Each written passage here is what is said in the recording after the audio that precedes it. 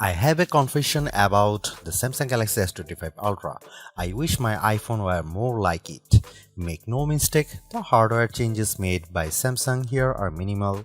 You get a slightly bigger 6.9-inch display, a slightly thinner and lighter design with curved corners and a more powerful 50-megapixel ultra-wide camera. But the big story here is AI, and this time the features are less "look what I can do" party tricks and more practical "here's how I can help you" smarts. This is Samsung's plan to become the best phone. For example, you can look up the date for an upcoming concert with your voice, add it to your calendar, and send the details to your friend in a text with a single voice request. The S25 Ultra knows which apps to use and does the work for you. Welcome to the AI agent era. Say you are in the YouTube app, tap the AI select button and the S25 Ultra will analyze what's on your screen to present recommendations like turning that clip of a dog into a GIF on the fly. The S25 Ultra is chock full of helpful AI features like this thanks to a combination of Samsung's One UI 7 software and an even deeper partnership with Google Gemini. While I have only spent an hour or so with the S25 Ultra so far, I came away from my hands-on session thinking that Apple Intelligence on the iPhone has a long way to go to catch up. If AI is the new battleground for smartphones, Samsung is now winning the war. The Galaxy S25 Ultra is available for pre-order now with a February 7 release date. You will be able to buy through carriers Amazon, Best Buy and Samsung.com. The phone starts at $1,299 for 256 GB of storage. Samsung is also rolling out a new Galaxy Club program. You can enroll for $8.33 per month and you will be able to upgrade the newest Galaxy device anytime after 12 months. You will also get 1 year of Samsung Care Plus through Galaxy Club. The Samsung Galaxy S25 Ultra kind of reverses the design of last year's Galaxy S24 Ultra. Instead of rounded edges and sharp corners, you now get flat edges and rounded corners. I think it's a change for the better as the S25 Ultra feels less slippery in your hand. At the same time, the rounded off corners are now comfier. They don't dig into your palm. I also like how the rear cameras now look like they are floating above the chassis.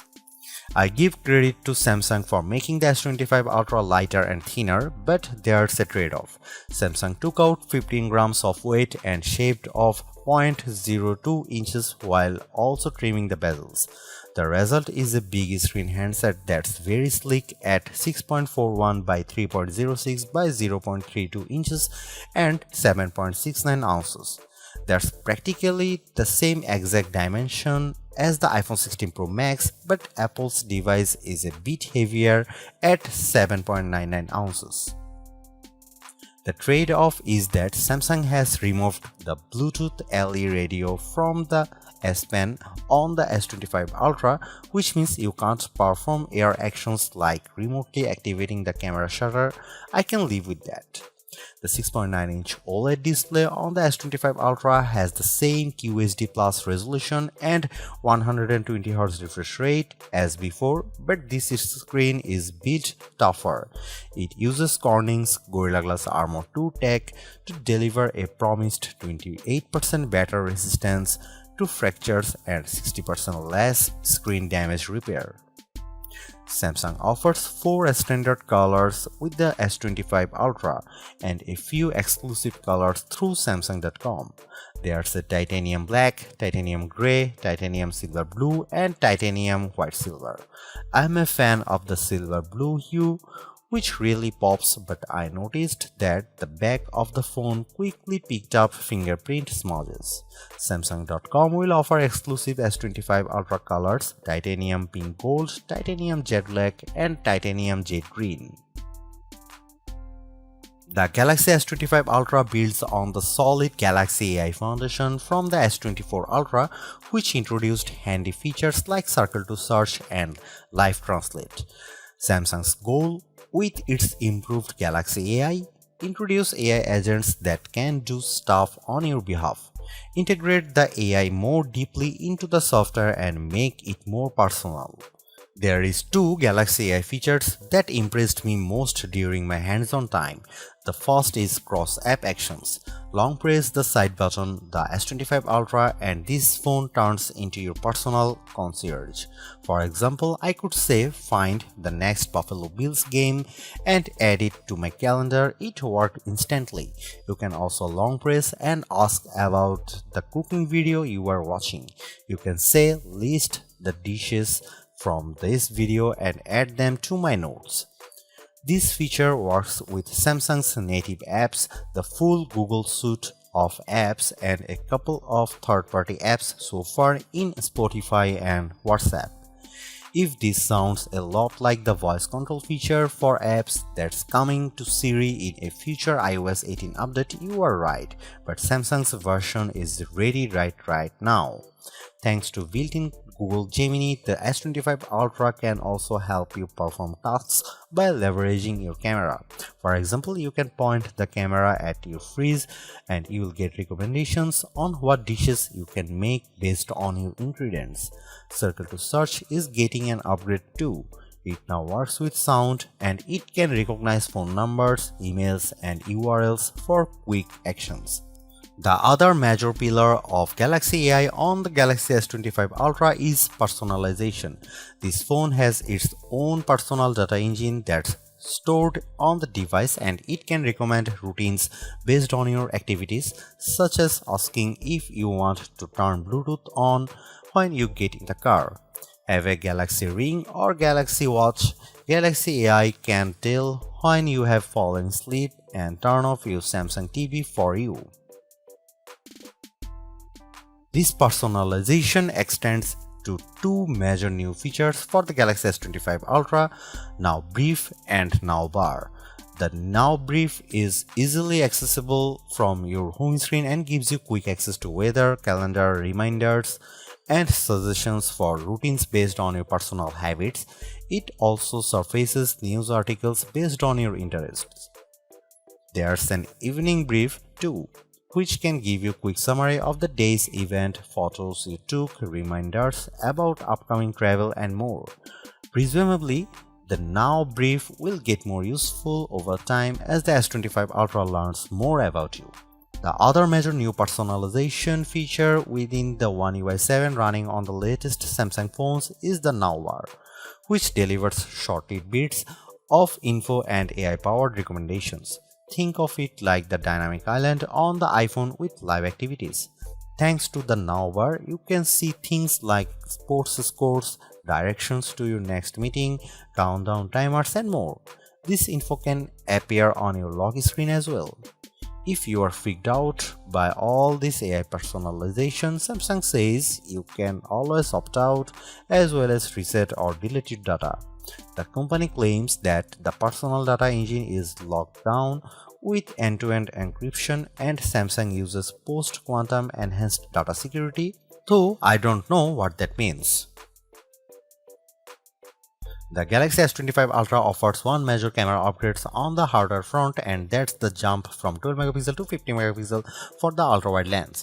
This should result in crisper ultra-wide shots but also macro photos with up to 4x greater detail.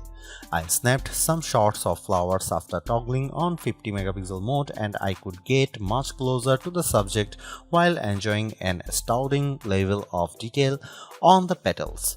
The images looked quite bright too, even though we were indoors. Samsung is also promising a boost to nightography on the S25 Ultra with less noise and what's called double analysis noise removal. This involves real-time analysis of every pixel. The S25 Ultra steps up its AI game for photo editing as well. You should expect improved generative edits with smarter tools that don't just remove unwanted subjects but their shadows too. Just like the Galaxy Z Fold 6, you can also use Sketch to Image to add items to your pictures.